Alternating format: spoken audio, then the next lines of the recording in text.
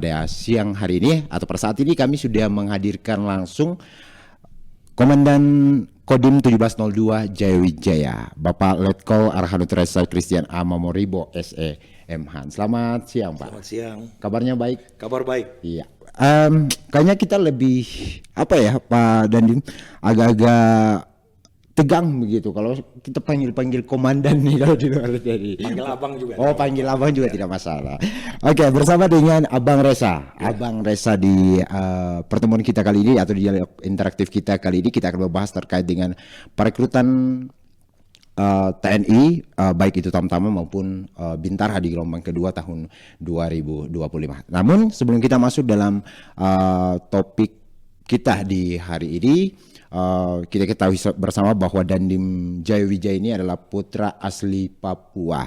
Nah, ini juga menjadi motivasi untuk anak-anak di Papua Pegunungan untuk bisa masuk menjadi anggota prajurit TNI.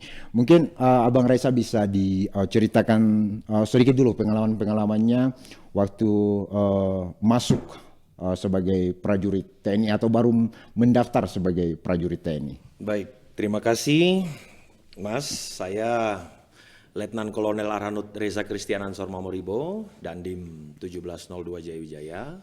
Kurang lebih 1 tahun 1 bulan saya menjabat di Kodim 1702 Jayawijaya. Kalau berbicara pengalaman, mulai dari sipil, kemudian saya bergabung dengan menjadi prajurit TNI atau menjadi TNI.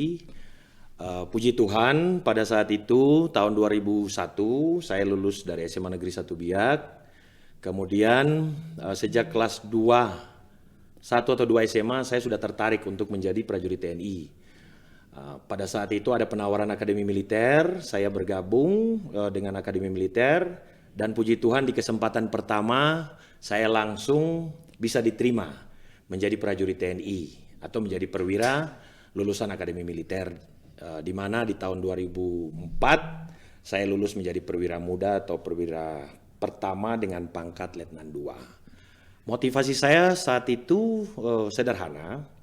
Saya ingin mengabdi kepada bangsa dan negara melalui jalur TNI dan saya lihat putra-putri Papua ini masih sedikit menjadi prajurit TNI, sehingga itu dorongan motivasi dari diri saya, didukung juga oleh saudara-saudara, teman-teman, terutama kedua orang tua saya, Bapak dan Mama, almarhum dan almarhumah, yang mendorong saya untuk menjadi prajurit TNI. Iya, Bang Reza, ini kan kalau kita berbicara terkait OAP minim sekali kalau di dunia militer begitu.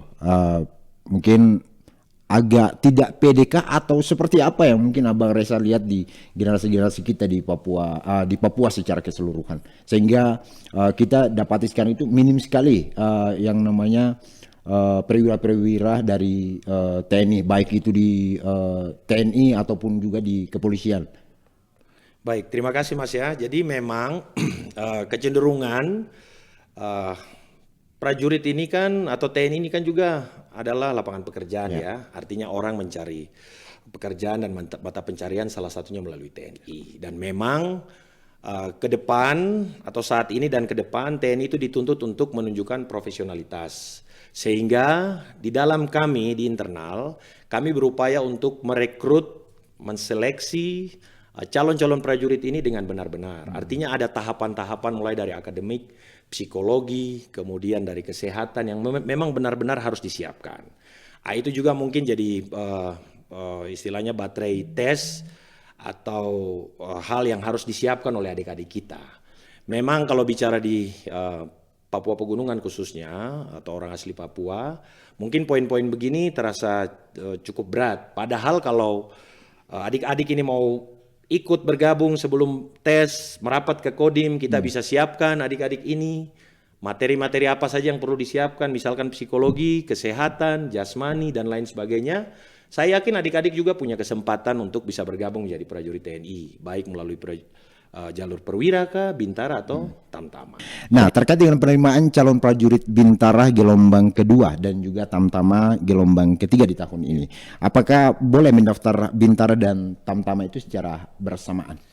Baik, terima kasih Mas. Jadi memang waktu pendaftaran sudah dibuka secara online sejak tanggal 11 September sampai dengan 9 Oktober untuk Caba PK gelombang kedua tahun anggaran 2025, dan untuk pendaftaran Catah PK gelombang 3 tahun anggaran 2025 juga sama, dimulai tanggal 11 September sampai dengan 23 Oktober 2025. Secara online sudah dibuka dan waktunya bersamaan.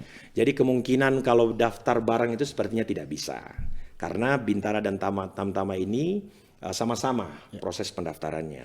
Dan validasinya juga di Agendam 17 Cendrawasih juga, karena ini harus divalidasi atau istilahnya daftar ulang secara tatap muka untuk meyakinkan bahwa si pendaftar melalui online ini benar-benar orang yang mendaftar, sehingga tidak memungkinkan untuk mendaftar dua-dua ini dalam satu waktu dengan orang yang sama. Artinya harus orang yang berbeda. Jadi kalau dia tertarik untuk daftar Bintara, ya Bintara, Tamtama ya Tamtama. Demikian, Mas. Untuk pendaftarannya sendiri nih, mungkin ada syarat-syarat tertentu yang diberikan kepada calon-calon prajurit ini. Apalagi kalau kita dengar-dengar saat ini untuk tinggi badan itu ada perubahan ya. Baik. Terima kasih Mas. Memang ada kebijakan-kebijakan khusus yang diberikan oleh pimpinan TNI atau pimpinan Angkatan Darat terkait masalah tinggi badan. Kemudian ada hal lain mungkin yang jadi kebijakan daripada pimpinan TNI maupun TNI Angkatan Darat. Namun secara umum yang jelas ya persyaratan umum warga negara Indonesia itu sudah pasti. Kemudian sehat jasmani dan rohani, dan dia siap secara fisik, secara mental juga nanti akan diuji kesehatan dan psikologi. Masalah tinggi badan itu fluktuasi, dilihat dengan perkembangan situasi di lapangan, karena kita tahu masyarakat kita yang di pegunungan juga secara sumber daya manusia mungkin Mas bisa lihat ada saudara-saudara kita yang punya kemampuan tapi mereka memiliki tinggi badan yang tidak sesuai dengan standar yang diberikan oleh Angkatan Darat. Ini yang nanti jadi catatan, jadi kebijakan buat TNI maupun TNI Angkatan Darat untuk menentukan si calon prajurit TNI ini bisa masuk atau memenuhi syarat yang ditentukan atau tidak. Siap, Komandan. Terkait dengan penerimaan, mungkin banyak juga masyarakat atau adik-adik kita generasi di Papua Pegunungan ini yang ingin mendaftarkan diri setelah pembukaan pendaftaran TNI Bintara maupun Tamtama di tahun ini. Apa saja yang perlu disiapkan bagi mereka untuk datang untuk mendaftarkan diri? Tentunya Mas yang perlu disiapkan ya kelengkapan administrasi ya, karena kita tahu bahwa proses seperti ini maupun proses pendaftaran dalam arti pekerjaan kan memerlukan kelengkapan administrasi yang cukup. Makanya tadi kami sampaikan bahwa kami dari Makodim dan Koramil akan membantu adik-adik ini untuk melengkapi administrasinya. Kalau ada yang kurang akan kami arahkan biar melengkapi, misalkan surat keterangan kelakuan baik yang harus dikomunikasi dengan teman-teman di kepolisian, dan mungkin daftar nilai di sekolah kita bisa bantu komunikasikan dengan pihak sekolah. Intinya Kodim 1702 Jaya kami berkomitmen untuk merekrut, mendukung, dan ingat catatan terpentingnya tidak dipungut biaya. Artinya bahwa alias gratis. Itu yang penting. Ya. Mungkin ada yang perlu disampaikan kepada masyarakat kita di Papua Pegunungan, terlebih khusus Pak Dandim ini kan sebagai komandan Kodim di wilayah hampir keseluruhan Papua Pegunungan gitu ya Pak. 3 kabupaten. 3 kabupaten. Bagi generasi-generasi kita di 3 kabupaten ini yang ingin mendaftarkan diri sebagai prajurit TNI agar apa yang perlu ditekankan kepada mereka sehingga ketertarikan mereka ini ada semangat untuk masuk sebagai prajurit TNI. Ajakan saya atau motivasi saya sekali lagi kepada adik-adik agar mempersiapkan fisik, mental yang baik, yang prima, atur pola makan, pola istirahat, pola hidup yang baik. Jangan lupa modal kita utama dekatkan diri kepada Tuhan Yang Maha Kuasa, karena itu modal terpenting. Berdoa dan berusaha itu harus dilaksanakan, dan apapun nanti hasilnya itu dari adik-adik sendiri. Jadi orang tua hanya bisa memotivasi, tapi adik-adik juga harus mempersiapkan itu sendiri sehingga adik-adik nanti puas. Pada saat lulus nanti juga puas karena itu berangkat dari perjuangan adik-adik sendiri.